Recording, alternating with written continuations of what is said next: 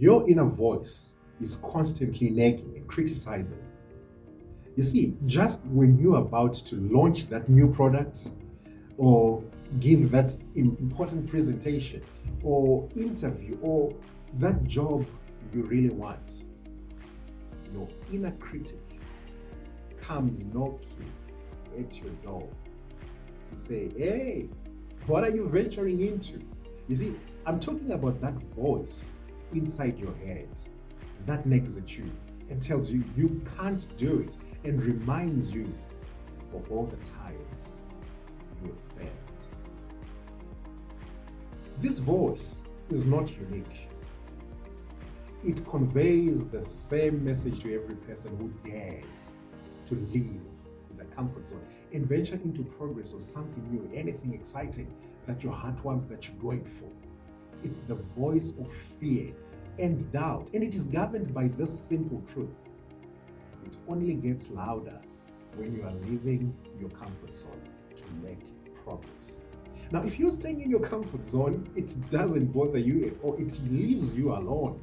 However, with the very first step you take to leave the comfort zone and venture into something new, the voice of fear and doubt will wake up to greet you and whisper lies and confusing statements meant to get you back in your comfort zone. I think you know what I'm talking about. So the first question fear will ask you is, who are you to do that?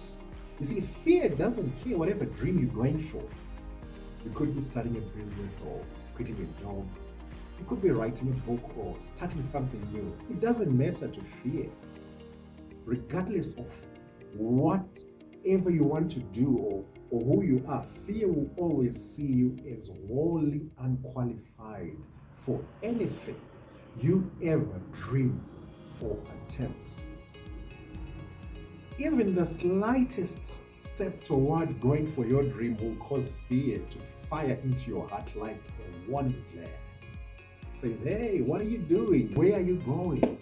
Who are you to do that? It's got so many voices and so many statements it gives you. It says, what makes you think you can do that? Because it will tell you, you don't have the right education. You don't have the right background or experience to do whatever you want to do. That's the voice of fear. To say none of your previous life experiences apply in any manner to this dream, to this new dream you want to go for. So the first argument from fear is that you are not qualified. Now, if you manage to overcome the unqualified battle, fear will change the tactics and hand you a calendar that tells you two things about time. The first one is do it later, and the second one is it's too late. So as you can see that the first one delays you with laziness, and of course the second destroys you with regrets. Yeah, that's what fear does. Fear or doubt love to tell you that it will never work. Now, if you ask fear if something is going to work, oh boy, the answer will always be no. So the question is, what do you do to win against these voices of fear and doubt? What do you do? Two things. Number one, documenting them. These voices are invisible voices, and they hate when you make them visible.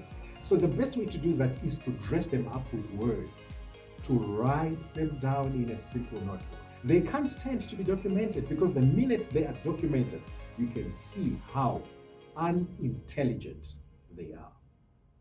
And then the second thing we can do to beat these voices is sharing your voices with other people.